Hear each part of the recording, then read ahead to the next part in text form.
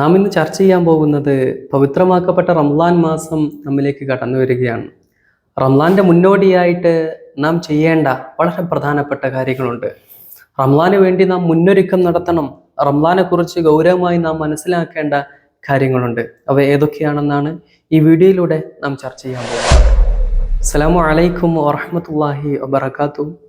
ബിസ്മില്ലാ അൽഹംദുലില്ലാ വസ്സലാത്തു വസ്സലാമു അലാ അഷ്റഫി റസൂലില്ലാ വഅലാ ആലിഹി വസഹ്ബിഹി അജ്മഈൻ അമ്മാ ബഅദ്.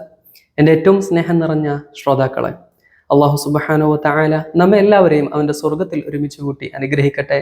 നമ്മിൽ നിന്ന് സംഭവിച്ചു പോയ എല്ലാ തെറ്റുകുറ്റങ്ങളും അല്ലാഹു പുറത്ത് മാഫാക്കി നൽകട്ടെ. പ്രിയപ്പെട്ടവരെ, പവിത്രമാക്കപ്പെട്ട റമളാൻ മാസം നമ്മിലേക്ക് കടന്നു വരികയാണ്. ഇനി വളരെ ചുരുങ്ങിയ ദിവസങ്ങൾ കൊണ്ട് തന്നെ റംളാൻ നമ്മിൽ എത്തിച്ചേരും.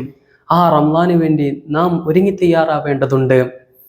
റംളാനെ സംബന്ധിച്ചിടത്തോളം നമ്മിലേക്ക് കടന്നു വരുന്ന, അള്ളാഹു നമ്മിലേക്ക് പറഞ്ഞയക്കുന്ന വിശിഷ്ടമായ അതിഥിയാണ് റംളാൻ എന്ന് പറയുന്നത്. ഇസ്ലാം നമ്മോട് കൽപ്പിക്കുന്നത് അതിഥിയെ നാം ആദരിക്കണം, നല്ല രീതിയിൽ അതിഥിയെ നാം സ്വീകരിക്കേണ്ടതുണ്ട്. ഹബീബായ റസൂലുള്ളാഹി സ്വല്ലല്ലാഹു അലൈഹി വസല്ലമ തങ്ങൾ പഠിപ്പിക്കുന്നുണ്ടല്ലോ, മൻ കാന യുഅ്മിനു ബില്ലാഹി വൽ യൗമിൽ ആഖിർ ഫൽയുക്രിം വൈഫഹു.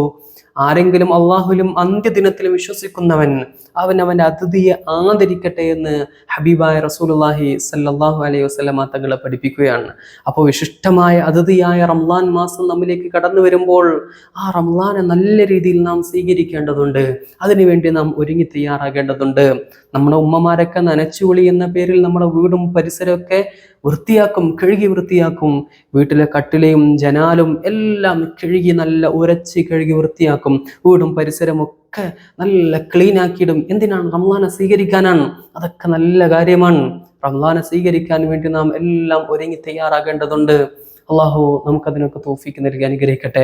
അള്ളാഹു നമ്മ റംളാനിൽ എത്തിക്കട്ടെ, എപ്പോഴും റംളാനിൽ എത്തിക്കട്ടെ എന്ന് പറഞ്ഞുകൊണ്ട് നമ്മൾ ദുആ ചെയ്യണം പ്രിയപ്പെട്ടവരെ.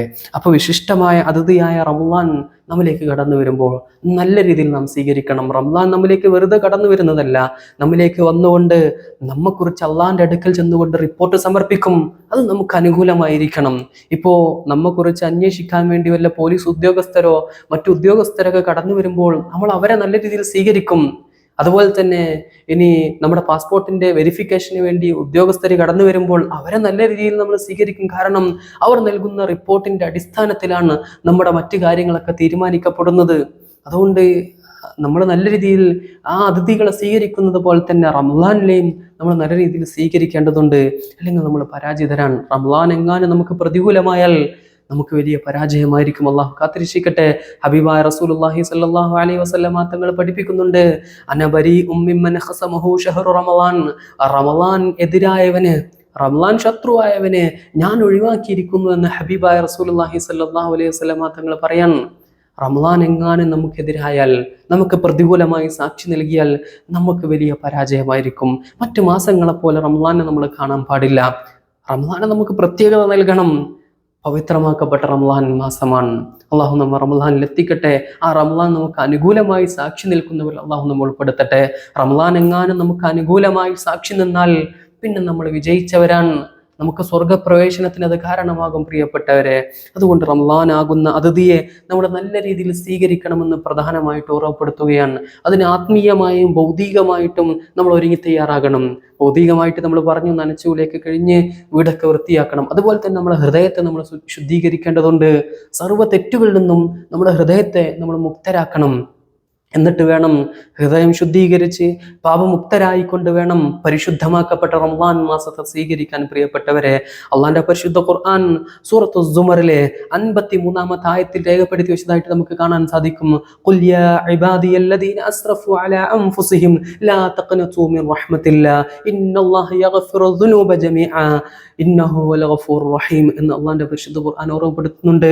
നിങ്ങൾ തെറ്റ് ചെയ്തവരാണെങ്കിലും നിങ്ങൾ അള്ളാന്റെ റഹ്മത്തിൽ നിങ്ങൾ നിരാശരാകരുത്. ലാ തഖ്നതു മിൻ റഹ്മത്തില്ലാ, അള്ളാന്റെ റഹ്മത്തിൽ നിങ്ങൾ നിരാശരാകരുതെന്ന് അള്ളാന്റെ പരിശുദ്ധ ഖുർആൻ. അള്ളാഹു സകല തെറ്റുകളും പുറത്തു നൽകുന്നവരാണ്. നമ്മൾ ഒരുപാട് തെറ്റുകൾ നമ്മിൽ നിന്ന് സംഭവിച്ചു പോയിട്ടുണ്ടെങ്കിലും അള്ളാഹു നമ്മുടെ തെറ്റുകൾ മുഴുവനും പുറത്തു നൽകും. എത്ര തെറ്റ് ചെയ്തിട്ടുണ്ടെങ്കിലും അള്ളാഹു നമ്മുടെ തെറ്റുകൾ പുറത്തു നൽകും. ഇന്നല്ലാഹ യഗ്ഫിറു ദുനൂബ ജമീഅ, നമ്മുടെ സകല തെറ്റുകളും അള്ളാഹു പുറത്തു നൽകുമെന്ന് അള്ളാഹിന്റെ പരിശുദ്ധ ഖുർആൻ നമ്മെ ഓർമ്മപ്പെടുത്തുകയാണ്. ഇനി നമ്മൾ പഠിച്ചല്ലോ, 100 പേരെ കൊലപ്പെടുത്തിയ ഒരു മനുഷ്യൻ, അവൻ തൗബ ചെയ്യാൻ വേണ്ടി മറ്റൊരു രാജ്യത്തേക്ക്, മറ്റൊരു സ്ഥലത്തേക്ക് പോവുകയാണ്. ആ സ്ഥലത്തെത്തുന്നതിന് മുമ്പ് മരണപ്പെട്ടു. അപ്പോഴും അവന്റെ തൗബ സ്വീകരിച്ചു എന്നാണ്. കാരണം അവൻ തൗബ ചെയ്യാൻ വേണ്ടി കരുതി, നീയത്ത് വെച്ചു, അതുകൊണ്ട് അവന്റെ പാപങ്ങൾ അള്ളാഹു പുറത്തു കൊടുത്തു എന്നാണ്. അതുപോലെ തന്നെയാണ് നമ്മുടെ മനസ്സുകൊണ്ട് നമ്മുടെ സകല പാപങ്ങളിൽ നിന്നും മുക്തരാവുക, നമ്മുടെ മനസ്സിനെ നമ്മൾ ശുദ്ധീകരിക്കണമെന്ന് ഓർമ്മപ്പെടുത്തുകയാണ്. അതുപോലെ തന്നെ റമളാന്റെ മുന്നോടിയായി പ്രധാനമായിട്ട് നമ്മൾ ചെയ്യേണ്ട റിലീഫ് പ്രവർത്തനങ്ങളാണ്. പാവപ്പെട്ട ആളുകൾ ഉണ്ടാകും നമ്മുടെ നാട്ടിൽ, ഭക്ഷണമില്ലാതെ പ്രയാസപ്പെടുന്ന ആളുകൾ. അവർക്ക് വേണ്ടി ഒരു മാസം ജീവിക്കാൻ ആവശ്യമായ ഭക്ഷ്യധാന്യങ്ങളും വിഭവങ്ങളൊക്കെ എത്തിച്ചു കൊടുക്കണം. അത് നല്ല കാര്യമാണ്, അത് വലിയ പ്രതിഫലമുള്ള കാര്യമാണ്. മഹാനായ അബ്ദുല്ലാഹി ബിൻ മുബാറക് റളിയല്ലാഹു അൻഹു ഹജ്ജിന് പോകുന്ന വേളയിൽ ഒരു സ്ത്രീ, അവിടെ ചത്തുകിടക്കുന്ന ഒരു പക്ഷി, അത് താറാവാണെന്നൊക്കെ മറ്റു ഗ്രന്ഥങ്ങളിലൊക്കെ കാണാൻ സാധിക്കും. അങ്ങനെ ചത്തുകിടക്കുന്ന ഒരു പക്ഷി, ആ പക്ഷിയുടെ തൊലി വീഴ്ചിട്ട് തൻ്റെ മക്കൾക്ക് ഭക്ഷണം ഉണ്ടാക്കി കൊടുക്കാൻ വേണ്ടി കൊണ്ടുപോവുകയാണ്. ആ സമയത്ത് മഹാനായ അബ്ദുല്ലാഹി ബിൻ മുബാറക് റളിയല്ലാഹു അൻഹു കരുതി, ആ സ്ത്രീക്ക് അതിൻ്റെ ഹുക്മ്, ഇസ്ലാമികമായ വിധി അറിയാത്തത് കൊണ്ടാണ്, ചത്തതിനെ ഭക്ഷിക്കാൻ പാടില്ല എന്നറിയാത്തത് കൊണ്ടാണെന്ന് കരുതിക്കൊണ്ട് അതിൻ്റെ ഹുക്മ് പറഞ്ഞു കൊടുക്കാൻ വേണ്ടി ആ സ്ത്രീയുടെ അടുക്കലേക്ക് പോവുകയാണ്. ആ സമയത്ത് ആ സ്ത്രീ പറഞ്ഞു കൊടുത്തു, ഇത് ഞങ്ങൾക്ക് ഹലാലാണ്, കാരണം എൻ്റെ മക്കൾ പട്ടിണി കിടന്നുകൊണ്ട് മരണത്തിന്റെ വക്കിലാണ്, അതുകൊണ്ട് എൻ്റെ മക്കൾക്ക് ഇത് കഴിച്ചിട്ട് വേണം അവരുടെ ജീവൻ നിലനിർത്താൻ എന്ന് പറഞ്ഞു കൊടുക്കുകയാണ്.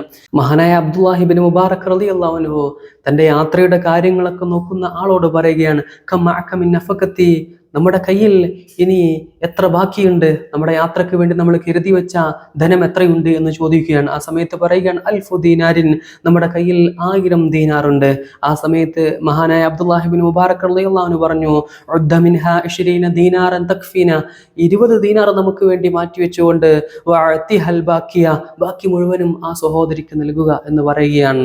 ഫഹാദ അഫ്ളു മിൻ ഹജ്ജിനാ ഫീ ഹാദൽ ആം, ഈ വർഷം നമ്മൾ ഹജ്ജ് ചെയ്യുന്നതിനേക്കാൾ ഏറ്റവും പ്രതിഫലം ഇതിനാണെന്ന് മഹാനായ അബ്ദുല്ലാഹി ബിൻ മുബാറക് റളിയല്ലാഹു അൻഹു പറയുകയാണ്. അപ്പോൾ റമളാന്റെ മുന്നോടിയായിട്ട് നമ്മൾ റിലീഫ് പ്രവർത്തനങ്ങൾ നടത്തണം.